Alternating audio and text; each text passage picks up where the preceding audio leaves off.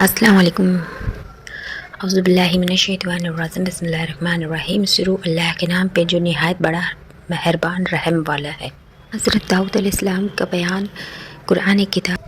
داؤد علیہ السلام کی وقت کی ایک ایسی قوم جن پہ اللہ نے ایک ایسا دردناک عذاب بھیجا۔ قوم کے سب انسانوں کو اللہ نے بندر بنا دیا۔ وہ کون سا ایسا عذاب تھا جو اللہ نے سب انسانوں کو بندر بنا دیا؟ اس قوم کے لوگوں نے ایسا کون سا گناہ کیا تھا جو اللہ نے دردناک عذاب ان کے اوپر نازل کیا اور سب کو بندر بنا دیا؟ انسانوں کو بندر بننے کی بد دعا داؤد علیہ السلام کے دور سے شروع ہوئی۔ وہ کون سا دور تھا، وہ کون سا گناہ تھا جس کی وجہ سے اللہ نے ان پہ عذاب، سارے گاؤں کے انسانوں پہ عذاب بھیجا اور سب کو بندر بنا دیا؟ اور بندر بننے کے بعد وہ کتنے دیر زندہ رہے اور کیسے مر گئے؟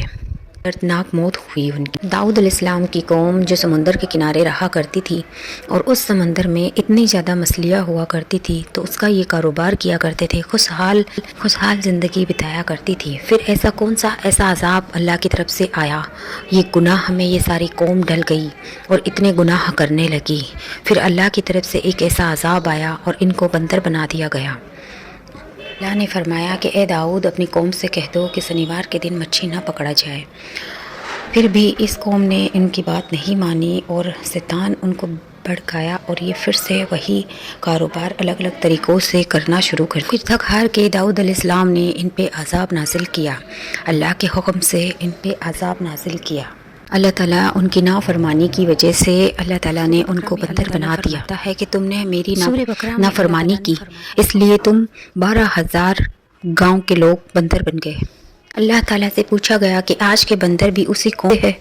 نبی کریم صلی اللہ علیہ وسلم نے فرمایا تو نبی کریم صلی اللہ علیہ وسلم نے فرمایا کہ نہیں، اس قوم کے بندروں کو اللہ تعالیٰ نے 3 دن تک زندہ رکھا۔ کہ نافرمانی اور حدیث کتاب کے بیان کے علاوہ ہم اگر اپنی مرضی سے کچھ کریں تو اللہ اس کی سزا ہمیں ضرور دیتا ہے۔